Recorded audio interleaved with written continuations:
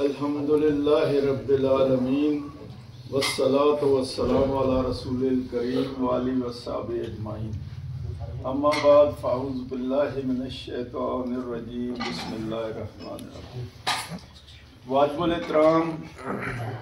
واجب التکریم حضرت مولانا حفیظ الرحمان صاحب، میرے انتہائی محترم اور پیارے بھتیجے اور بیٹے حذیفہ، مولانا حذیفہ صاحب، قاری محمد حذیفہ صاحب، اور باقی حاضرین اور سامعین اور پیارے پیارے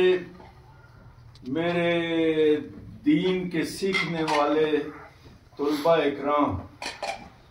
اللہ سبحانہ و تعالیٰ آپ سب کو اپنے دین کا سپاہی اور مجاہد بنائے،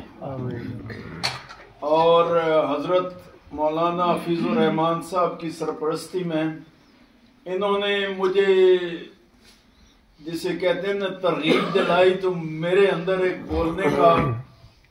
احساس پیدا ہو گیا کہ مجھے اس موقع سے فائدہ اٹھانا چاہیے۔ کیوں؟ میری دلی خواہش یہ تھی کہ حضرت مولانا صاحب سے ہم ہر جمعے کو بھی سنتے ہیں، لیکن یہاں پر بھی ان سے سنا جائے۔ جب انہوں نے اجازت عنایت فرمائی تو پھر میرے ذہن میں حضور کا یہ فرمان آ گیا جس میں آپ نے ارشاد فرمایا تمام امت کے لیے ہے کہ بلغوا عنی ولو آیا۔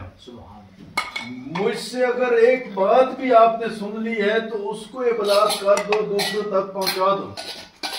تو یہ بیٹا بعد میں کر لینا، تھوڑا سا درمیان میں یہ جو کچھ ہو رہا ہے یہ اچھا نہیں لگے گا دیکھنے والوں کو، بعد میں کر لینا تھوڑا سا۔ تو بیٹھے رہے جہاں بیٹھے ہوئے ہیں، بیٹھے رہے۔ تو حضرت صاحب نے اجازت مرامت فرمائی تو میں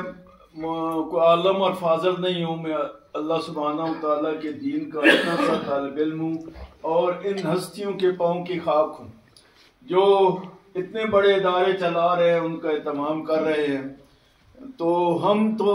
جسے کہتے ہیں نہ تیرہ میں نہ تینوں میں، لیکن جب ایسی ہستیاں سرپرستی فرمائیں تو پھر جذبہ پیدا ہو ہی جاتا ہے، ٹھیک ہے جی۔ اور بقول شاعر کہ اے جذبہ دل گر میں چاہوں ہر چیز مقابل آ جائے،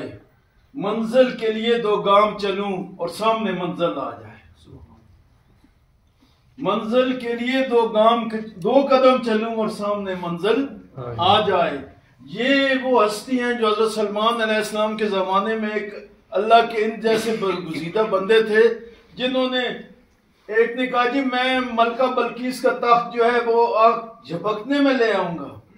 تو وہ حضرت نے فرمایا میں ابھی حاضر کرتا ہوں، آنکھ بھی نہیں جھپکیں گے، ملکہ بلقیس کا تخت جو آپ کے قدموں میں آ جائے گا۔ تو میں موضوع کی طرف آتا ہوں کہ نبی کریم صلی اللہ علیہ وسلم نے شعبان کی آخری تاریخ کو صحابہ اکرام کو جمع فرما کر خطاب فرمایا، خطبہ ارشاد فرمایا،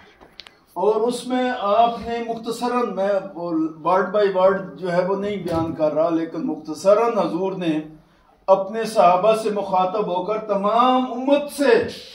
قیامت تک آنے والی امت سے آپ نے ارشاد فرمایا کہ اے مسلمانوں، تمہارے اوپر ایک عظیم الشان مہینہ سایہ افغن ہونے جا رہا ہے، تمہارے اوپر رحمتوں والا مہینہ اللہ پاک نازل فرما رہے ہیں اس مہینے کو آپ کے اوپر، اور اس کا پہلا عشرہ رحمت ہے، دوسرا عشرہ مغفرت ہے، تیسرا عشرہ جہنم سے نجات کا ہے۔ تو اب آج دوسرا عشرہ ختم ہو رہا ہے، ایسے ہی ہے، اور ختم ہو گیا مغرب کی نماز اذان کے ساتھ، اور تیسرا جہنم سے نجات کا عشرہ شروع ہو گیا، ٹھیک ہے جی۔ حضور نے فرمایا کہ یہ ہمدردی اور غمخواری کا مہینہ ہے،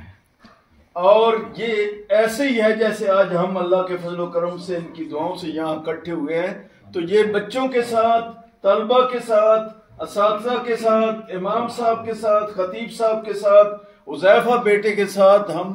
ہم دردی اور غمخواری کر رہے ہیں مل بیٹھ کر، اور فرمایا کہ اس مہینے میں مومن کا رزق بڑھا دیا جاتا ہے. بڑھا دیا جاتا ہے نا جی. ہاتھ کھڑا کری جنہوں نے آج بڑا ہوا رزق کھایا ہے. بڑھ گیا نا رزق, بڑھایا رب کائنات نے, اور سب کا بڑھایا. غریب سے غریب بھی رمضان مبارک کے اندر اس کے آگے دسترخوان سج جاتا ہے. یہ ماہ مبارک کی خیر و برکات ہے. اور دوسرا فرمایا کہ اس مہینے کے اندر شہر رمضان الذی